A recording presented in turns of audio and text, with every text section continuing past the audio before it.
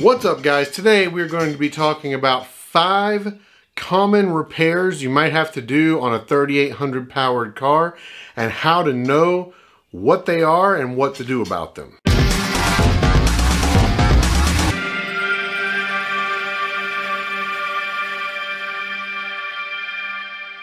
Number 1, and these are not in any particular order as far as how often you see these problems or anything like that. These are just sort of 5 random things that you see a lot on these cars. And number 1 is going to be lower intake manifold gasket leaks. Now, what you're going to look for if you think you may have this problem, most of the time you're going to see oil and coolant mixing. It's not nearly as common for these cars to have head gasket leaks as it is for these lower intakes. So if you see signs of coolant in your oil, which is usually like a milky kind of a crud that builds up in there, first place to check, lower intake gaskets. Not too bad of a job, something you can do in an afternoon easily at home, and that could solve your problem for you. Number 2, pretty much all 3800s are attached to 4T65Es, which are not the greatest transmissions in the world, and what you're going to be looking at there is transmission problems. Most commonly, slipping. That's when you give it gas and rather than the car moving, it just sort of revs up, or it revs up then slams into gear and takes off. Those kinds of problems usually indicate that you're going to be looking at a transmission replacement at some point, but there are a couple problems that can be fixed in car fairly easily that are really common. One is the transmission pressure control solenoid failing. That can or cannot throw a check engine light, depending. But the biggest symptom that you're going to see is once the car gets up to temperature, the transmission is going to default to full pressure.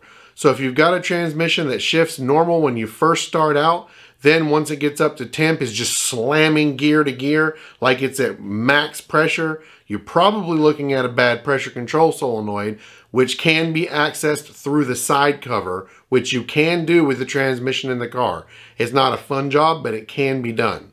Another common one with that in the same category is the torque converter lockup solenoid failing. This will cause it either to not lock up at all or to lock up all the time when it's not supposed to.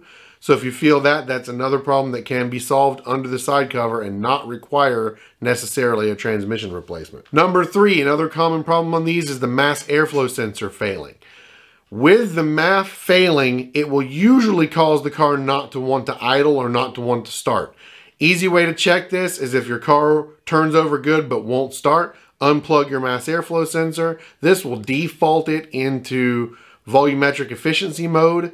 And if it starts and runs fine with the MAF unplugged, but does not run with it plugged in, you're probably looking at a bad mass airflow sensor. Number 4, this is not a 3800 problem necessarily, but true of most every car that the 3800 comes in, and that is wheel bearings. Most commonly, not the bearing itself failing, but the vehicle speed sensor or wheel speed sensor inside the bearing. However, that sensor is not serviceable separately.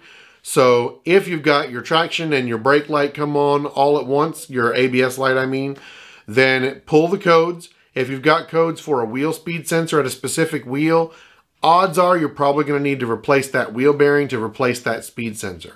Another common issue in this same area is in the front, the wiring harness that runs out to the wheel. Those have a tendency to go bad. They tend to break up where the suspension pivots. So that's another thing to check.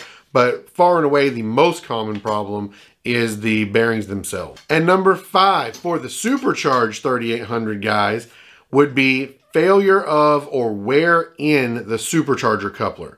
So if you've got a weird sort of a tinny rattle near the snout of the Supercharger that is most evident at idle,